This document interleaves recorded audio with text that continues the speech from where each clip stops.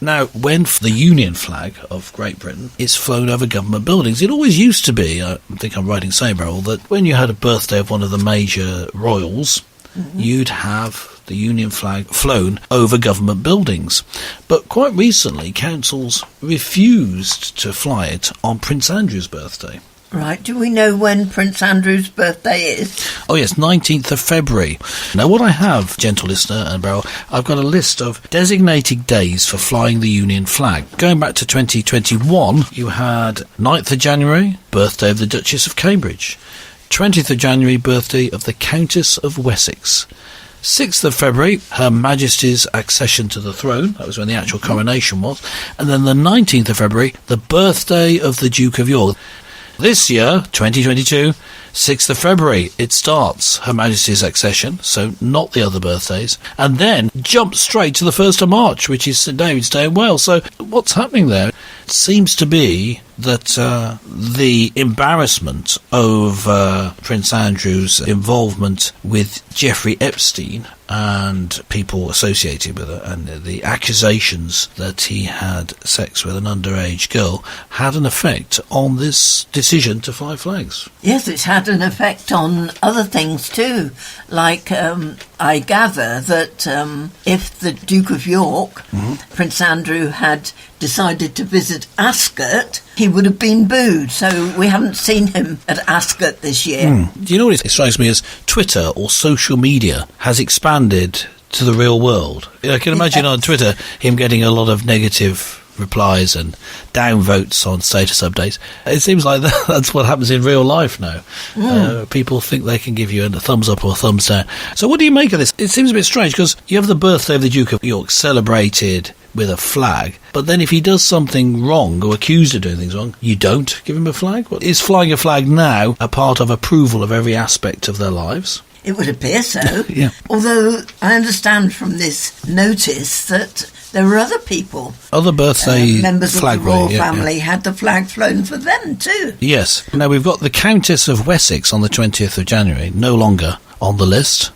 And also birthday of the Duchess of Cambridge back in January. That's not happening either. Is this really just a slimming down, trying to just have the major royals? So we've basically got the Queen and the successor to the throne, Prince Charles, and now the only royals who have the Union flag flown over government buildings on their birthdays. Well, I suppose that'll cut down on the work for somebody. Wait, someone's put the flag up.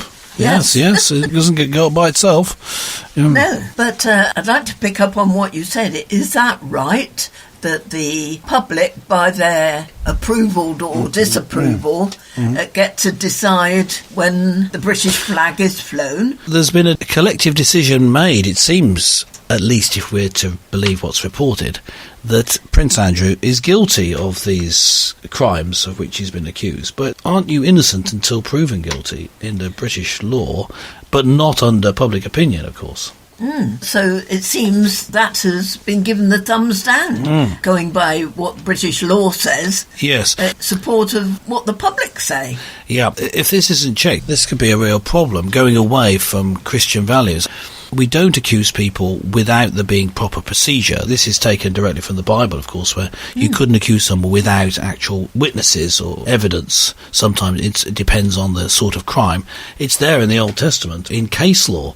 You know, sometimes it's forgotten that in the Bible, the hundreds of laws in the Old Testament are actually case law. They're not general prescription. There's lots of cases which had come up and there's decisions made, and that's what's reported, you know. So you get very specific things like, if your ox falls into a well on a Sabbath, what do you do with it? It's a case law building up of what God thinks about certain situations, therefore you must do it. And Britain, and then the Western world, has followed this example of using case law. So you generally don't have a law that prescribes everything. It depends on whether there's been an issue. That's not the case, of course, in European and therefore European Union law, but historically the Western world has developed from Britain, like America, Canada, Australia.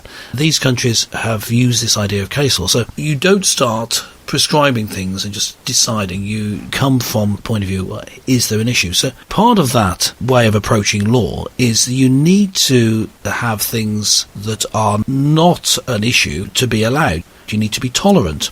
So in this case, we have Prince Andrew. He's accused of something, but we don't know that it's actually happened, that he actually did the things he's accused of, not according to having a weight of evidence enough for it to be decided on by a jury. The court hasn't met yet, if indeed it ever will. And so we're in danger of losing that completely, this check on how you decide what's good and bad, which is to wait for the evidence.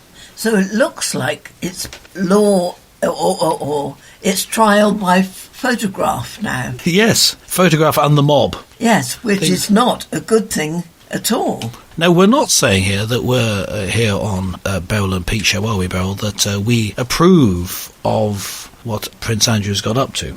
Well, he's got up to. How do we know? There's two different things. We can't prove that he had sex with underage girls. No. But we can show that there's no denial that he was having sex with women outside of marriage. No. Which is a Christian principle. That's the point I'm making here. So they're two separate issues. Do you think, though, that he's been hard done by it? Did he bring it on himself by his relationship with Jeffrey Epstein, who was a convicted paedophile, and still refusing to agree? It was in an interview where he was asked whether he regretted the relationship with Epstein. And at that point, Epstein had been convicted of being a paedophile. Prince Andrew said no, because there'd been valuable parts of the relationship. But do you think this was a mistake? It's so difficult to tell, isn't it? Because we just don't know the facts. We get what's presented by the newspapers. Yeah. Perhaps we didn't ought to read so much of the newspaper coverage. Maybe not. So is this just a slimming down of the royals, and that's why the flags aren't to be flown on all these birthdays? Or is it a reaction to the public displeasure with Prince Andrew? Well, we can't know for sure, but if it is the latter, then we're looking for some dangerous waters. We're swimming into dangerous waters going forward if decisions are going to be made in that way. Mm-hmm. Well, already this week we've had the example of Andrew being disallowed from walking in the Garter procession. Mm-hmm. First of all, it was decided that he would, because it was all on the Queen's estate, not in a public place. Yeah. But the opinion of the crowd has decided that it would be unwise for him to... Yeah, it wasn't that Prince Andrew was going to parade around in a garter. It was, there's a particular group, Knights of the Garter, a sort of prestigious honours given to people, usually influential, wealthy people, and they process down wearing actually rather strange costumes, but not just garters, they wear other things as well.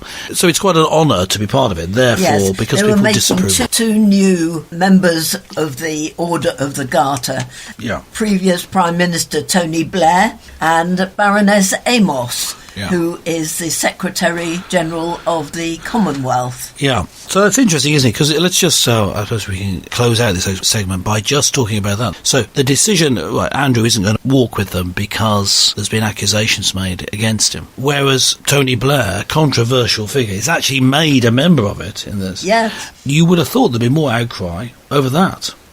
Seemingly not. Seemingly not.